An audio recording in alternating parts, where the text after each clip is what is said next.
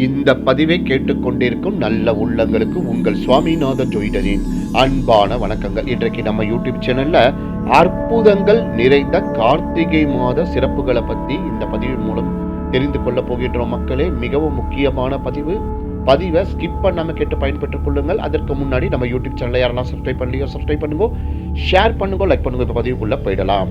கார்த்திகை மாதம் கருமையான மேகங்களை கொண்டு அதிக அளவு மழை பொழியும் கார்காலமாகும். காந்தால் பூக்கள் அதிகம் மலரும் மாதம் ஆதலால் இம்மாதம் கார்த்திகை என பெயர் பெற்றது. கார்த்திகை மாதத்தில் சிவலிங்கத்தை நெய்யினால் அபிஷேகம் செய்து வில்வம் மற்றும் மறி கொழுந்தால் அர்ச்சனை செய்து வழிபட்டால் குடும்பத்தில் மகிழ்ச்சி பொங்கும். விருச்சிக ராசியில் சூரியன் சஞ்சரிக்கும் இம்மாதத்தில் மனச்சேர்க்கை, உடல் சேர்க்கை, கர்ப்பதானம் ஆகிய இவற்றின் பிரச்சனைகள் வராது. எனவே கார்த்திகை மாதத்தை திருமண மாதம் என்று இந்து சாஸ்திரம் கூறுகின்றது. கார்த்திகை மாதத்தில் நாள்தோறும் சூரிய உதயத்தின் போது நீராடுபவர்கள் சகல புண்ணிய தீர்த்தங்களிலும் நீராடிய புண்ணிய பலனை அடைவர். விஷ்ணு பகவானை கார்த்திகை மாதத்தில் புஷ்பங்களால் அர்ச்சித்து பூஜை செய்பவர்கள் தேவர்களும் அடைய அரிதான மோட்ச நிலையை அடைவார்கள். கார்த்திகை மாதத்தில் விஷ்ணு பகவானை துளசி இலையால் அர்ச்சனை செய்பவர்கள் பகவானுக்கு சமர்ப்பிக்கும் ஒவ்வொரு துளசி இலைகளுக்கும் ஒவ்வொரு அஸ்வமேதா யாகம் செய்த பலனை அடைவார்கள். கார்த்திகை மாதத்தில் விளக்கு தானம் செய்பவர்கள் பிரம்மகத்தி முதலான தோஷங்களிலிருந்து விடுபடுவார்கள்.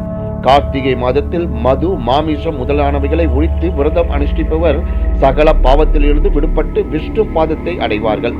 கார்த்திகை மாதத்தில் மாமிச ஆகாரத்தை கைவிடாதவர்கள் புழு பூச்சிகளாய் பிறவி எடுப்பார்கள் என்று பத்ம புராணம் கூறுகின்றது. கார்த்திகை திங்களில் பௌர்ணமியோடு கூடி வரும் கார்த்திகை நட்சத்திரம் முருக வழிபாட்டுக்கேற்ற ஒன்றாகும். கார்த்திகை தீப திருநாளன்று தீபங்கள் ஏற்றி முருகனை வழிபடுவது சிறந்தது. கார்த்திகை பௌர்ணமி அன்று பூமிக்கு மிக அருகில் சந்திரன் வருகின்றது. அன்றைய தினம் சிவசக்தி சமேதராய் பூமிக்கு மிக அருகே வந்து இறைவனும் இறைவியும் அருள் பாலிக்கின்றனர். கார்த்திகை, திருவோணம் ஆகிய இரு நட்சத்திரங்களும் நல்ல நட்சத்திர சக்தி தருவதால் இந்த நட்சத்திரம் வரும் நாட்களில் விரதங்கள் இருக்க வேண்டும் என்று இந்து மதம் கூறுகின்றது. கார்த்திகை மாதத்தில் ஆலயங்களில் தீபம் ஏற்றி வைப்பதும் இல்லத்தில் இரு வேளைகளில் விளக்கேற்றுவதும் எல்லா மங்களங்களையும் தந்து வாழ்வை ஒளிமயமாக்கும். கார்த்திகை மாதம் தினமும் விளக்கேற்ற இயலாதவர்கள் துவாதசி, சதுர்தசி, பௌர்ணமி ஆகிய 3 தினங்களில் மட்டுமாவது கண்டிப்பாக தீபம் ஏற்ற வேண்டும். கார்த்திகை மாதத்தின் தொடக்கத்திலும் முடிவிலுமாக இரு நாட்களில் கார்த்திகை நட்சத்திரம் வருமானால் இரண்டாவதாக வரும் நாளில் கொண்டாடுவது மரபு. கார்த்திகைகளில் முருகப்பெருமானுக்கு சந்தன அபிஷேகம் செய்து வழிபட்டால் குழந்தை பாக்கியம் கிடைக்கும். வெண்கலம் அல்லது வெள்ளி விளக்கில் நெய்யிட்டு தீப ஒளியுடன் வேதம் அறிந்த விற்பனருக்கு தானம் செய்தால் இல்லத்தில் தடைப்பட்ட சுபகாரியங்கள் மகிழ்வுடன் நிறைவேறும்.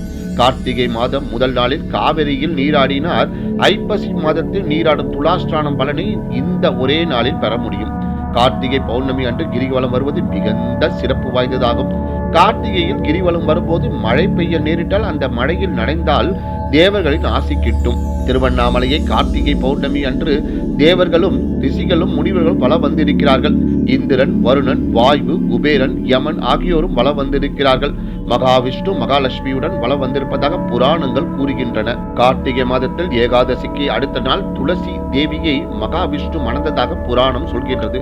மகாவிஷ்ணு நெல்லி மரமாக தோன்றியவர் என்பதால் கார்த்திகை ஏகாதசி அன்று துளசி செடியுடன் நெல்லி மரத்தடியில் பூஜை செய்ய வேண்டும். நெல்லி மரம் இல்லாத பட்சத்தில் வீட்டில் உள்ள துளசி மாடத்தில் நெல்லி மரத்தின் ஒரு சிறிய கிளையை வைத்து பூஜித்து துளசி கல்யாணம் செய்தால் திருமணமாகாத பெண்களுக்கு விரைவில் திருமணம் நடைபெறும். கார்த்திகை ஞாயிறு மிகவும் போற்றப்படுகின்றது. இதனால் யமவதானை, யமபயம் நீங்கும். கார்த்திகை மாதத்தில் பௌர்ணமியும் கூடி வரும் கார்த்திகை நட்சத்திரம் அன்று முருகப்பெருமானை வழிபாடு செய்வது சிறந்தது. இந்த நாளில் முருகன் சன்னதியில் தீபங்கள் ஏற்றி வழிபட சகல பாக்கியங்களும் பெறலாம். கார்த்திகை மாதம் திங்கட்கிழமையில் திருக்குற்றாலத்தில் நீராடி குற்றாலநாதரையும் அன்னை குழல்வாய் மொழி அம்மையையும் வழிபாடு செய்தால் பாவங்கள் அழியும். கார்த்திகை மாதம் பௌர்ணமி திதி அன்று ஓட்டி செடி என்ற நாவுருவி வேரினை பறித்து வீட்டுக்கு எடுத்து வந்தால் தன லாபம் கிடைக்கும் என்பது ஐதீகம். கார்த்திகையில் சோமவார விரதம் இருப்பது பாவங்களை விரட்டும். கார்த்திகை மாதம் காவிரியில் நீராடுவது, தீப தானம் செய்வது, வெண்கல பாத்திரம், தானியம், பழம் தானம் செய்தால் செல்வம் சேரும். கார்த்திகை புராணத்தை கேட்டால் நோய் ஏழ்மை அகலும். கார்த்திகை மாதம் செய்யும் தானத்திற்கு 2 மடங்கு பலன் உண்டு. கார்த்திகையில் அதிகாலையில் நீராடி கடவுளை வழிபட்டால் துன்பங்கள் விலகும். கார்த்திகை மாதம் நெல்லிக்கனி தானம் செய்தால் உயர் பதவி கிடைக்கும். கார்த்திகை மாதம் ஆலயத்தை சுத்தம் செய்தால் அளவிடக்கூடிய பலன்கள் கிடைக்கும். கார்த்திகை மாதம் பகவத்கீதை படித்தால் மன அமைதி உண்டாகும். தீப திருநாளன்று கிழக்கு நோக்கி தீபம் ஏற்றினால் கஷ்டங்கள் விலகும். மேற்கு திசை நோக்கி ஏற்றினால் கடன் தொல்லை நீங்கும். கார்த்திகை மாத துவாதசி நாளில் ஏழைகளுக்கு அன்னதானம் செய்தால் கங்கை கரையில் 1000 பேருக்கு அன்னமிட்ட பலன் கிடைக்கும் என்பர். மகாவிஷ்ணுவை கஸ்தூரியால் அலங்கரித்து தாமரை மலர்களால் அர்ச்சனை செய்து வந்தால் தேவாதி தேவர்களால் பெற முடியாத பாக்கியத்தை கூட பெறலாம் என்பர். கார்த்திகையில் விஷ்ணுவின் சன்னதிக்கு நேரே அமர்ந்து கொண்டு பகவத்கீதையின் விபூதி யோகம், பக்தி யோகம், விஸ்வரூப யோகம் ஆகியவற்றை பாராயணம் செய்தால் சகல பாவங்களும் நீங்குவதுடன் புண்ணியங்களும் நம்மை வந்து சேரும். நவகிரக மூர்த்திகள் விரதம் அனுஷ்டித்து வரம் பெற்ற கார்த்திகை ஞாயிறு விரதத்தை முதல் ஞாயிறு தொடங்கி 12 வாரங்கள் கடைபிடித்தால் நவ கிரகங்களால் ஏற்படும் தோஷங்கள் நீங்கி சிவசக்தியின் பேரருள் கிடைக்கும். ஆண்டுதோறும் கார்த்திகை மாத ஞாயிறு கிழமைகளில் அதிகாலை 5 முதல் 6 மணிக்குள் சிவபெருமானும் பார்வதி தேவியும் அஸ்திர தேவரோடு பிரகாரம் வலம் வந்து குப்த கங்கையின் கிழக்கு கரையில் ஆசி வழங்கி அருள்கின்றனர். கார்த்திகை மாதத்தின் ஞாயிற்றுக்கிழமைகளில் இந்த குப்த கங்கையில் நீராடினால் பிரம்மகத்தி தோஷங்கள், உண்ட பாவம், திருடுவதால் வரும் பாவம் மற்றும் மன சஞ்சலத்தால் ஏற்பட்ட பாவங்கள் ஆகியவை நீங்கிவிடும் என்று பிரம்மாண்ட புராணம் கூறுகின்றது. கார்த்திகை மாதத்தின் 30 நாட்களிலும் அதிகாலையில் நீராடி சிவ விஷ்ணு பூஜைகள் மற்றும் தீபதானம் செய்து வீட்டின் எல்லா இடங்களிலும் தீபங்களை வரிசையாக ஏற்றி வைத்து வழிபட்டால் குறைவற்ற மகிழ்ச்சி உண்டாகும் என்று புராணங்கள் விளக்குகின்றன. கார்த்திகை மாத அமாவாசை அன்றுதான் திருவிச நல்லூரில் ஸ்ரீத அய்யவாள் திருமடத்தில் உள்ள கிணற்றில் கங்காதேவி பிரவேசித்தாள். இன்றைக்கும் இந்த கிணற்றில் கங்கை பிரவேசிப்பதாக நம்பிக்கை. இதில் ஏராளமானோர் நீராடுவர். சென்னை திருவொற்றியூர் ஆதிபுரீஸ்வரர் கோவிலில் புற்று வடிவான லிங்க திருமேனியில் புனுங்கு தைலம் சாத்தி கவசம் போட்டிருப்பர். கார்த்திகை பௌர்ணமி துவங்கி 3 நாட்கள் மட்டும் இங்கு கவசம் இல்லாத ஈசனை தரிசிக்கலாம். திருநெல்வேலி நெல்லையப்பர் கோவிலில் கார்த்திகை தீபத்தன்று 27 நட்சத்திரங்களை மையமாக வைத்து பெரிய அளவில் தீபார்த்தனைகள் நடைபெறும். இதை மடக்கு தீபார்த்தனை என்பர். இந்த தலத்தில் அனைத்து நாளிலும் பிரசாதமாக நெல்லிக்கனி வழங்குவது விசேஷம்.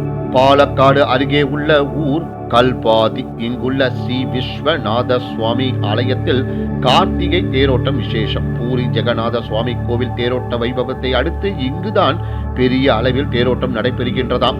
இங்கே 6 சக்கரங்கள் பொருத்தப்பட்ட தேரினை யானைகள் இழுப்பது சிறப்பு. குருவாயூரப்பன் கோவிலில் கார்த்திகை மாத சுக்லபட்ச ஏகாதசியை ஒட்டி நடத்தப்படும் உற்சவம் தனி சிறப்பு வாய்ந்தது. அந்த நாளில் காசி, பத்ரி, சபரிகிரி ஆகிய திருத்தலங்களில் புண்ணிய தீர்த்தங்களின் மகிமையையும் கங்கை, யமுனை உள்ளிட்ட நதிகளும் குருவாயூரில் ஒருங்கே கூடுவதாக ஐதீகம். கார்த்திகை மாதத்தில் பிறக்கக்கூடிய ஆண் குழந்தைகளுக்கு யக்ஞ புருஷன் என்றும் பெண் குழந்தைகளுக்கு லட்சுமி என்றும் பெயர் வைக்கலாம். கார்த்திகை மாதம் ராம ஏகாதசி மிகவும் சிறப்பான நாளாகும்.